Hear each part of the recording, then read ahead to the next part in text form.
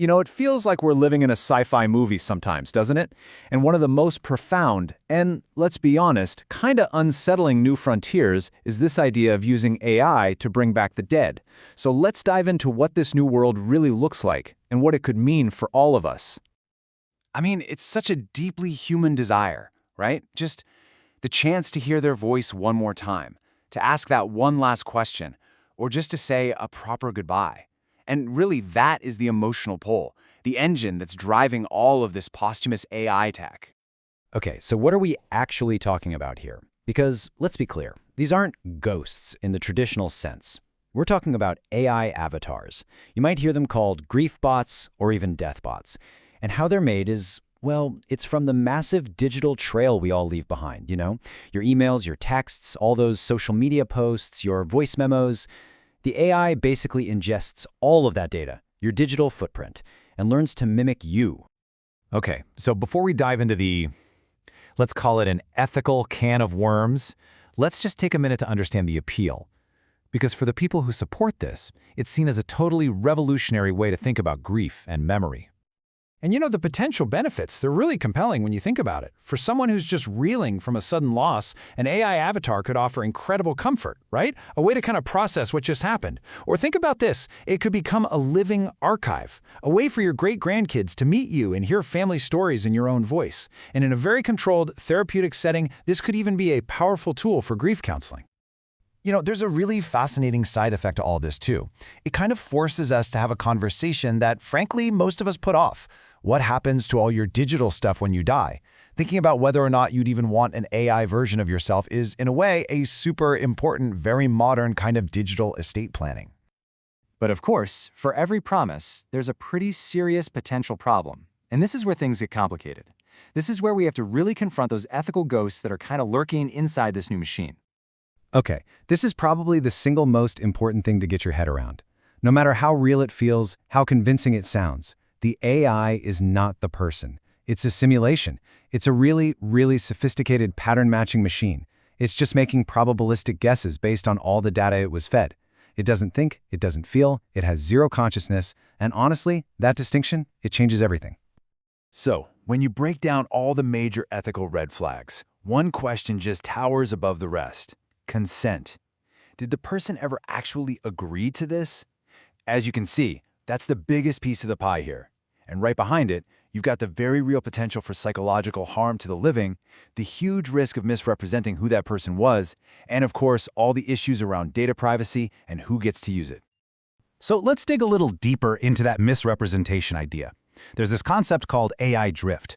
Think about it. A real person's beliefs, their values, they come from actual lived experiences. And AI's responses, they're just statistical probabilities based on old data. And over time, that AI can drift. It can start generating new opinions or ideas that the real person might have totally disagreed with.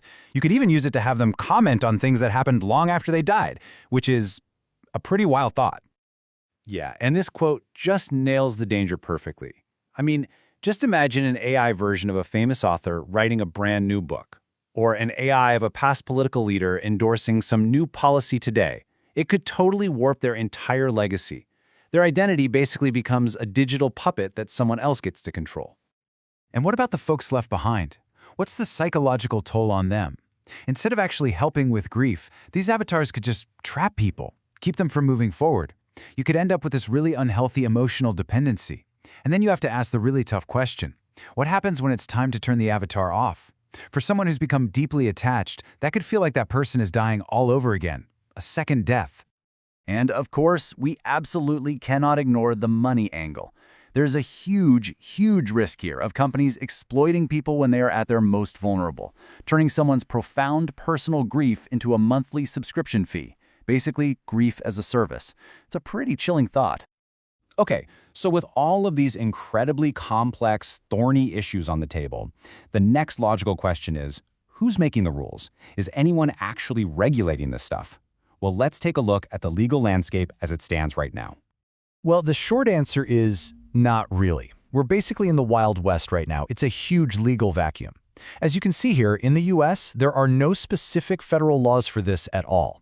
Some states have publicity rights that might apply after death, and the EU's GDPR is a factor for data privacy, sure. But none of these laws were written with AI recreations of dead people in mind. It's a classic case of technology just moving way, way faster than the law can keep up. So where do we go from here? Well, experts are already proposing some pretty clear ethical guardrails to put in place. Number one, and this is the big one, explicit consent. It has to be an opt-in model, something like a digital will where you clearly say, yes, I want this. Then you need total transparency about what data is being used and how. The well-being of the living users has to be the top priority. And finally, there needs to be a clear, respectful off-ramp, a way to deactivate the avatar when the time is right. Look, I know this can all sound like some far-off sci-fi movie plot. But the reality is, as this technology gets better and more accessible, this stops being a hypothetical and starts becoming a very, very personal question for each of us about our own digital legacy. And maybe, at the end of the day, that's the real takeaway here. These incredibly complex AI systems, they force us to stop and think about what it really means to be remembered. And maybe, just maybe, true immortality isn't something you find in an algorithm or a digital replica. Maybe it's in the memories we make with people and the impact, big or small, that we have on the world. So I want to leave you with this thought. If you could, would you use this technology to speak with someone you've lost?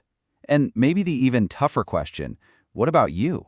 Would you want an AI version of yourself to live on after you're gone? It's a question we're all going to have to think about, probably a lot sooner than we realize.